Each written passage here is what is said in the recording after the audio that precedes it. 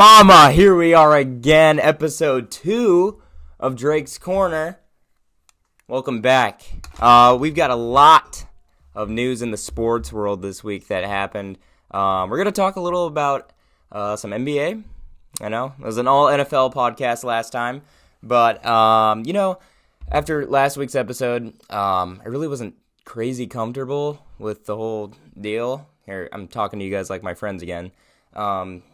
I wasn't collected. I wasn't calm. I was nervous.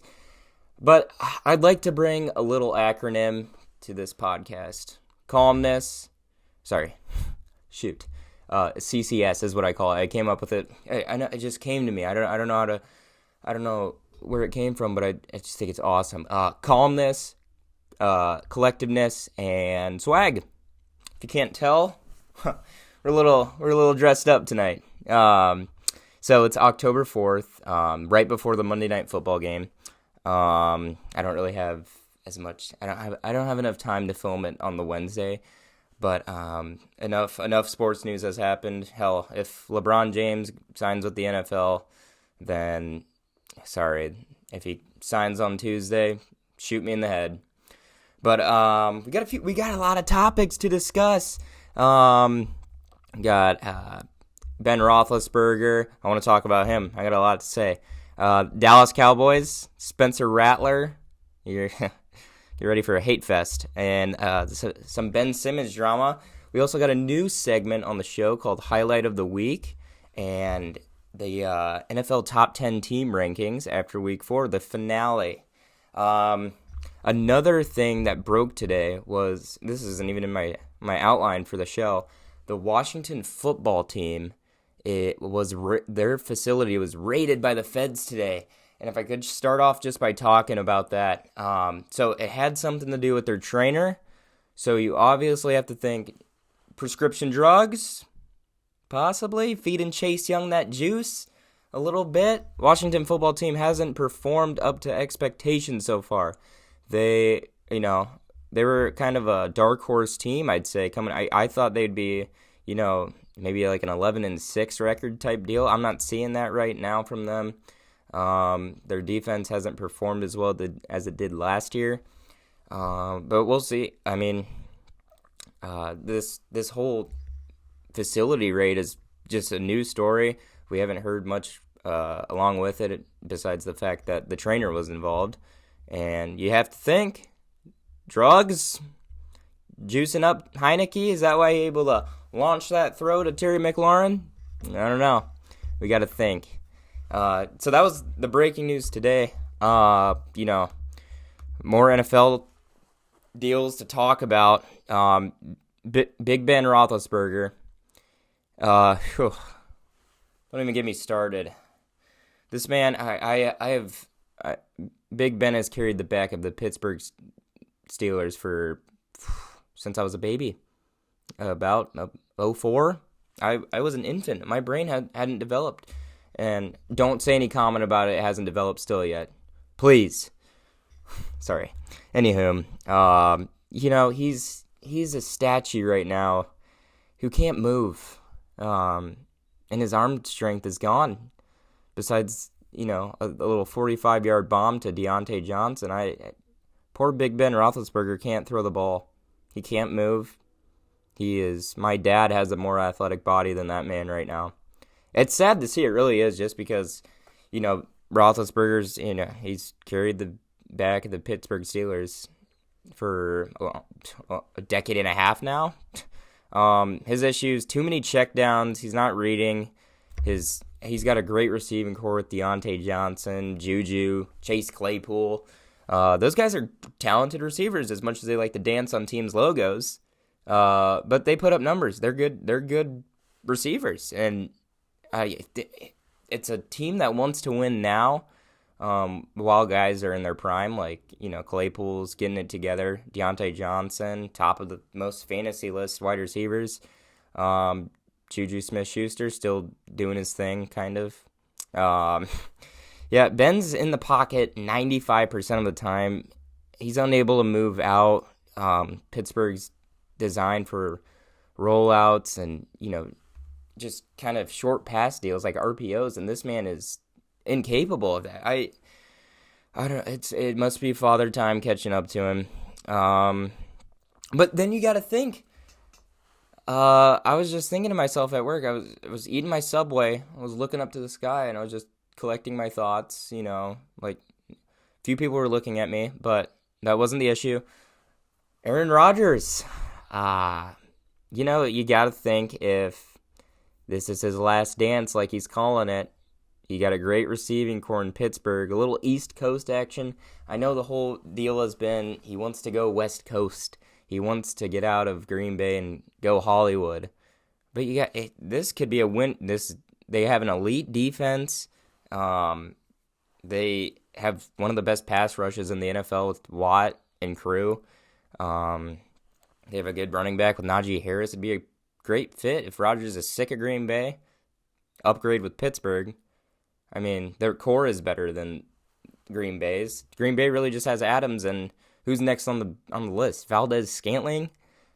4 of those receivers on this Steelers are a lot more talented than the next best guy on Green Bay. 5.8 yards per pass attempts against Green Bay, who the Steelers played this week, actually, which is ironic. And that is absolutely pitiful for an offense that has speedy wideouts and guys who can run routes like none other. Besides the Rodgers move that I thought of, I really think this team should hand the team off to Dwayne Haskins. Yes, not Mason Rudolph, who I think we've seen Mason Rudolph's prime, and it's not good at all. As if you remember the Myles Garrett helmet incident, I think that proved the point there. Haskins, I think he has untapped potential. I don't think the system in Washington was good for him. I think he's more of a gunslinger rather than, they run a lot of RPOs. They love short slant routes. McLaurin is a master at that. They love handing the ball off. Gibson likes to get going. And I think Pittsburgh I think they'd have a better coaching staff than Washington. I think Mike Tomlin could get this guy together. And yeah, who knows with Haskins? They picked him up for a reason. I think it would be, smart to, maybe give him a shot. I mean, he obviously can move better than Big Ben. Who knows? But this defense, their defense is ready to win. Their receiving core is ready to win. And their piece of a quarterback who cannot move in the slightest is an issue. They're ready to win now. I don't know if they throw Haskins in there. I don't really think it's going to change much. They might win. They might. I don't know. We'll have to see how Haskins is because from the preseason he looked mids.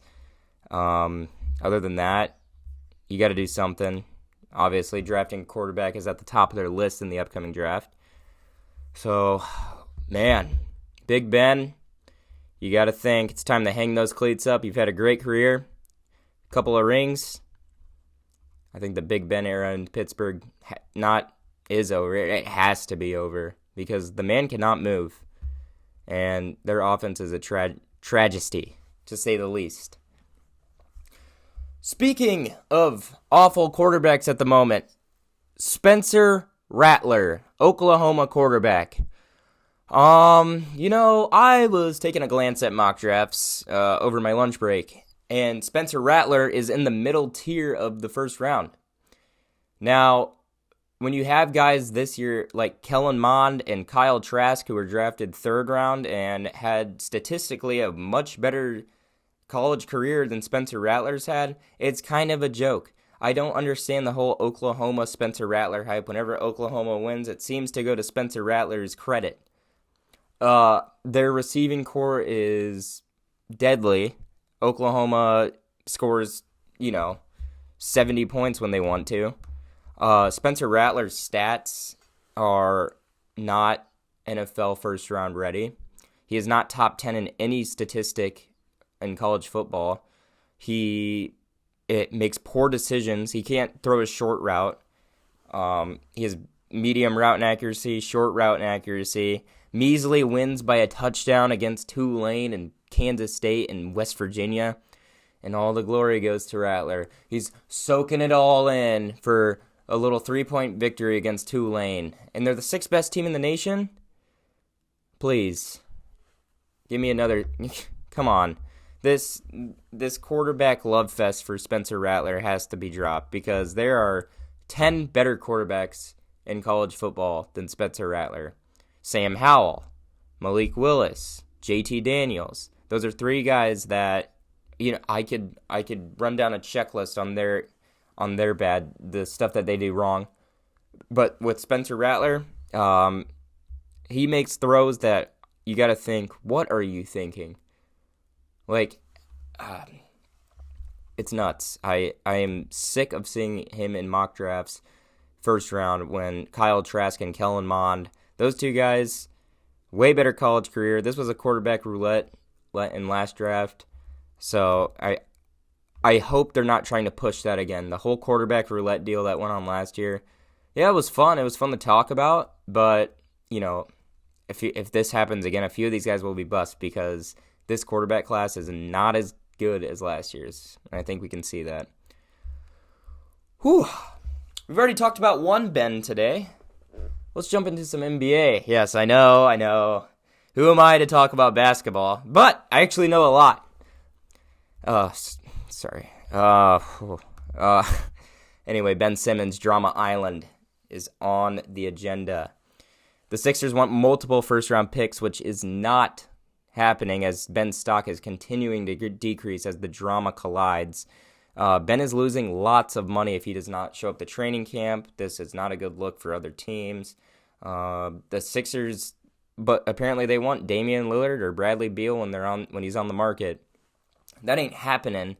Best I can see with this whole drama going on, with the money situation, with the holding out of Simmons and them wanting multiple first-round picks for this guy, I am predicting that Ben Simmons will be on the Houston Rockets within a week and a half. Pettiness on pettiness crime is going on. The Ben Simmons is being petty. The Sixers are going to be petty right back. And where are they going to ship him off to? The worst team in all the land. And it's going to be a John Wall, Ben Simmons swap market. Ben Simmons really hasn't proved to be good enough for a team to be built around him. Once Embiid started going off, it was kind of his team, and that's why the Sixers, he's a good second. Ben Simmons is a damn good second piece, I'll give him that. But, Embiid is handling the situation like a superstar would. He is very classy on Twitter, telling folks that, Ben is amazing to play with. He isn't digging into that drama like, we've seen before with athletes, on different teams. I'm predicting that Ben Simmons will end up on the Rockets and very soon. It's gonna be ugly. This whole deal with the Sixers trying to get at the Warriors with Draymond Green. I don't think that's going to happen. That's what most people are predicting. It's not going to happen. The petty on petty crime is going to take care of that one. And Ben Simmons will be a Houston Rocket within a week and a half. Mark my words. So there's not much going on right now in the NBA. It's not a dead zone for sports. It's just really like all I can get at is NFL right now. Once basketball season rolls along, we're going to have a plethora. We're going to have a party up in here. A sports party. I know. Very elite, fun time that we're going to have.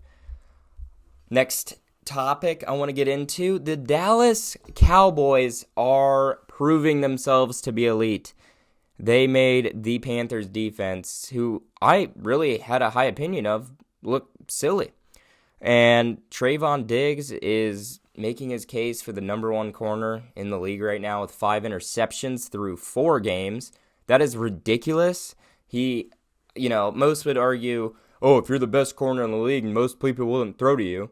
But he is reading the field like a master. It's great to watch. It's fun to watch. I wouldn't call myself, fond of the Cowboys, but good football. As a football fan, I like.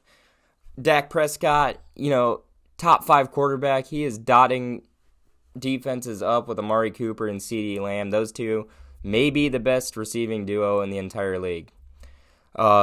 Ezekiel Elliott making, I'm not going to say a comeback because Zeke has always been kind of a beast. He's just, since his rookie year, he hasn't really fallen off, but it's just been tough to get back in that groove. With Dallas has been through a few sticks with injuries and, coordination, like head coaching deal with Mike McCarthy. But Zeke seemed to be back with over 100 yards rushing and a touchdown. Dallas has a turnover ratio of +5. You can thank that to Trayvon Diggs. And they've also allowed 0 rushing touchdowns on the year, which I think is crazy. That is nuts. So far, up to week 3, Sam Darnold kind of ran it in a few times. But I've seen a lot from the Cowboys, and I think at this point, you got to think they could make a run at the Super Bowl. They could make a run in the NFC. And, if they meet up with the Rams or the Bucks, I'm taking Dallas's offense over the Rams or Bucks offense right now. I'm sorry, they are playing at an elite level, and the Buccaneers scored a measly 19 points against the Patriots. Patriots had a chance to beat them. They just choked it. And Dallas is making a name for themselves right now. Yeah, this offense looks 10 times more polished than, I think match them up with the Bucks again like they did week 1. I think the Cowboys are taking the win there. And I've seen a lot of, I don't know, I wouldn't want to call it regression from the Buccaneers. Maybe they've had a few, what do you say, trap games for the Buccaneers. I think that Patriots game was a trap game, even though they won, but the Rams really made them look silly. And the NFC is like, I don't know, I wouldn't say it's really weird right now, but you see a lot of just, hierarchies of teams, and then they'll just go ahead and lose. And I'll get back more into that when we go through our NFL power rankings. Next segment I want to get into, highlight of the week. We had 2, I could not decide between these 2. We have the Taysom Hill run. Out and 1. It's Hill. Taysom Hill picks up the Saints' first down, still going. Wow. Hill spins to the goal line. He's in. Touchdown. And then we have the Terry McLaurin catch against the Falcons, which was amazing. To say the least, those 2 plays made my jaw drop when I seen them on Red Zone. Trust me, I was watching Red Zone 3 hours, and my goodness, Taysom Hill running over 7 Giants defenders. Terry McLaurin finding the ball while being, clobbered up. No PI flag, no problem. He's going to go up and get it. And now, let's get into our grand finale of the show. NFL Top 10 team rankings after Week 4. Number 10, the Carolina Panthers. I know I had them higher up last week. I had them sitting at number 5. I consider them a top 5 team in the NFL. Obviously you kind of have to drop them down after the Dallas loss, but the good news is they're still able to put up points. Defense may not be able to perform against elite offenses as we saw against Dallas. Darnold looks polished, leads the league in rushing TDs with 5. Crazy stat as a quarterback. He looks like he is flourishing in this system with Matt Rule. I think they can compete in the NFC. They're going to be able to beat most mediocre teams, and that's what will push them into the playoffs. We'll have to see once playoff time comes around, though. Everything changes. For example, the Titans, 2 years back when they made the AFC title game, lost to the Chiefs, but they surprised a lot of people. Most people were predicting Ravens would make it to the AFC title game, and Titans proved a lot of people wrong. So I think a lot of things can change if their defense takes a little step up. Their offense will be okay, especially with McCaffrey being out. They were still able to put up a decent amount of points against Dallas. So number 9, I have the Raiders sitting pretty right now at number 9. Derek Carr still looking elite. The placement of their ranking might change after tonight's game. They need a defensive show to move up even higher than number 9 on my list. They're winning shootouts, hence the Ravens. They can get it done. They look pretty polished right now. John Gruden looks like he's got his team intact. If Derek Carr keeps throwing 400 yards a game, they'll be all right. Number 8 is Green Bay. I kept my word on this one. They're moving up on the list after a good win against, an elite defense in Pittsburgh. Rodgers, still looking polished. With Green Bay, though, I'm still not convinced on a deep playoff run. I see a level of play from other NFC teams like the Cardinals and, Buccaneers, Rams. I see a lot more elite play from those teams right now, and I'm just not convinced so far on Green Bay. Hey, if they keep winning, hey, I'm going to keep my word. I'm going to move them up. I'm moving them up. They look good. They don't look great, though. We're going to get into the great teams here in a second. Number 7, Baltimore Ravens. I did not have them on my list last week. I wasn't real sold on them until they beat the Broncos, who I considered, with an elite defense. They handled the Broncos. They shook off a close game with Detroit the week prior, I believe so, just because, they took on a good team in Denver and handled them nicely. I think that Detroit game was a trap game for them, and they snuck past it a little bit. If they had lost that game, if Justin Tucker didn't boot that 66-yard field goal in, they would not be on this list, but they won. It really doesn't matter. They dominated Denver on both sides of the ball, defensively, offensively. They're playing with confidence. That run at the end of the game pissed a lot of people off. And, they had a huge win over the Chiefs. You got to give it to them. Chiefs are a damn good team. It was an offensive fest, and the Ravens somehow played better offense than the Chiefs. It's because the Ravens have a little better defense than the Chiefs, and I don't think the Chiefs played their best football that night. I think if a rematch happens, I think Chiefs take it, but I definitely think the Ravens can beat them. It really depends on the day, but I'd say 7 out of the 10 times Chiefs are going to take that game. Here's where the list gets interesting as compared to last week. Number 6, the Tampa Bay Buccaneers, who I had at number 2 on last week's list. They had a close call with the Patriots. Most of the times when teams win, they bump up. This team's dropping 4 spots on my list because it's the Patriots. I consider the Buccaneers elite. They need to show more, for my liking, if they're going to be considered elite. Brady still is playing, though, at an elite level. They just seem to be regressing a little bit after that loss to the Rams and now a close game with the Patriots. I wouldn't call it a trap game, but actually it kind of was a trap game just because, Brady in New England, tempers are flaring. It was more of a symbolic game rather than, just a simple Sunday night football game, in my opinion. My prior take to the NFC Championship game is lingering with the Buccaneers and Rams. That was my set in stone NFC title game as of last week.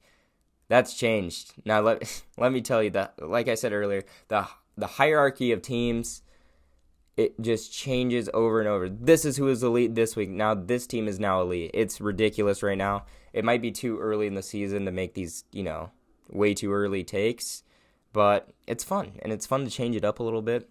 Defensive, big defensive plays were not available against the Patriots. Normally, Buccaneers would get a pick 6 like they did against the Falcons. Their defense, is like, if teams tempo their offense, they will do great against the Buccaneers. If teams are trying to make big plays against the Buccaneers will fire right back and pick 6 you. That's how it goes, and the Patriots took their time with the Buccaneers. I give the Patriots props for fighting against, the Super Bowl champs, and especially against Tom Brady, which had to be, a mental head case fest for Bill Belichick, seeing him in person for the first time on the Buccaneers. But yeah, they're sitting at number 6. Dropping 4 spots after a win normally doesn't happen, but this time it does because they found a trap game and they seem to be regressing. That's about it. Number 5, my former number 1 team on my power rankings list is sitting at number 5, the Rams. They performed at an under elite level against the Cardinals. Cardinals found multiple holes in their defense. It might just be elite offense, but at the same time, I consider the Rams the best all-around team. They were number 1 on my list. When you hold that number 1 spot, you better protect it with your life. With Murray being the most elite scrambling QB, they weren't really able to get a lot of pressure with Donald and Dante Fowler. He was able to get away from everything. The pass rush wasn't effective. Their offense didn't perform at an elite level at all. Most were saying Stafford was going to go off against the Cardinals. He got under pressure, threw a pick. Now, that's the bad part. They are definitely able to bounce back consistently, and this could be considered a fluke loss. They're going to match up against the Cardinals again. Maybe they get their revenge. But as of now, they're sitting at number 5 because I see 4 teams better than them right now. But if they bounce back from this, it's not a trap game. I've said trap game probably 40 times because this is where trap games lie in the NFL. Around week 4, week 5, you think teams are elite, and then they end up, making a fool of themselves. Rams are a top 5 team, though. They're not a fool. If they bounce back, they will skyrocket back up on my list. Number 4 is still Kansas City. Another shootout they had against the Eagles, but hey, they're still winning. Defense looks terrible, but their offense is the most elite in the league. I take that back, actually, because we're going to get up to the list here. Kansas City definitely has the talent to be the most elite offense in the league. As long as their offense is on point, they will keep winning. I don't see more than 4 losses for this team as long as their offense plays at a consistent basis like they did against the Eagles this week. Their defense needs to figure out how to stop mobile quarterbacks. Jalen Hurts kind of put on a clinic. They didn't get, obviously, Eagles didn't win, but he, made his case at being the Eagles franchise quarterback because of Kansas City's pitiful defense. But hey, if you're outscoring them, no problem. You're sitting at number 4. Keep winning. Number 3, the Dallas Cowboys are moving up fast on my list. They were at number 7 last week. They are at number 3 this week. Their elite polished offensive performance. The run game is perfect. The pass game is perfect. Their defense is good enough to win them games. They have arguably the best corner in the league. Prescott playing at an elite level. They're healthy and can quite possibly make a Super Bowl run, like I said before. I think the health of the team is the most important factor for this team's success. As Leighton Vander Esch has had injury issues,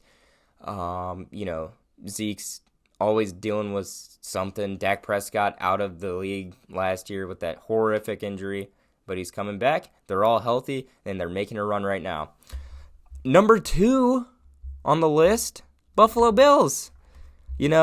They were sitting at number 3 this week. Rams decided to play at an under elite level. Same with the Bucs. Buffalo Bills make their jump. Another elite defensive performance. Their second shutout of the season. I would say Josh Allen did not play his best game of the season, and they still won by 40. Again, it's Houston. If they're Houston, I had a little dabble in them last week. I said they could win the division. Because they were playing decent football, mid-500 football, and in that division, I think that can win them it. But the Bills embarrassed them, and they won by 40. The domination is a key factor. They have proved their loss against Pittsburgh was a fluke, and they are just on a tear right now. Their defense is proving themselves to be elite. Their offense is elite. When you got two elite things, you're number 2 on my list. But number 1 on my list is the Arizona Cardinals. 4-0, undefeated, have played 2 great teams, and they've won handedly. They're the most elite offense in the league. I said Kansas City was. I think Kansas City has the most talent to be the best offense in the league, but Arizona is proving themselves. Kyler Murray is an MVP quarterback. He is number 1 on my MVP list. That might be another idea for another episode. We'll insist the list. MVP race, per se. AJ Green is making a statement. Little comeback player. Didn't really do much last year. Scored a touchdown against the Rams. Hopkins is doing his thing. As long as the defense holds its own, they will maybe only lose 3 to 4 games this year. That was the finale of the show. Thanks for watching. I'm sorry, I promised I'd be naked this episode. Little April Fool's joke came early. I apologize. I'm trying to add a little more confidence to this, kind of composure, a little more set up. It's been fun, and this is not stopping anytime soon. Drake's Corner, I expect to be a part of my life until I die. DCTD. Drake's Corner till death. Yeah. Anyway, thank you so much for watching. This was fun. I will see you guys next Wednesday. We're going to have a lot more topics. Sports news breaking every single day. And thank you for watching, and I'll see you guys next time. Peace.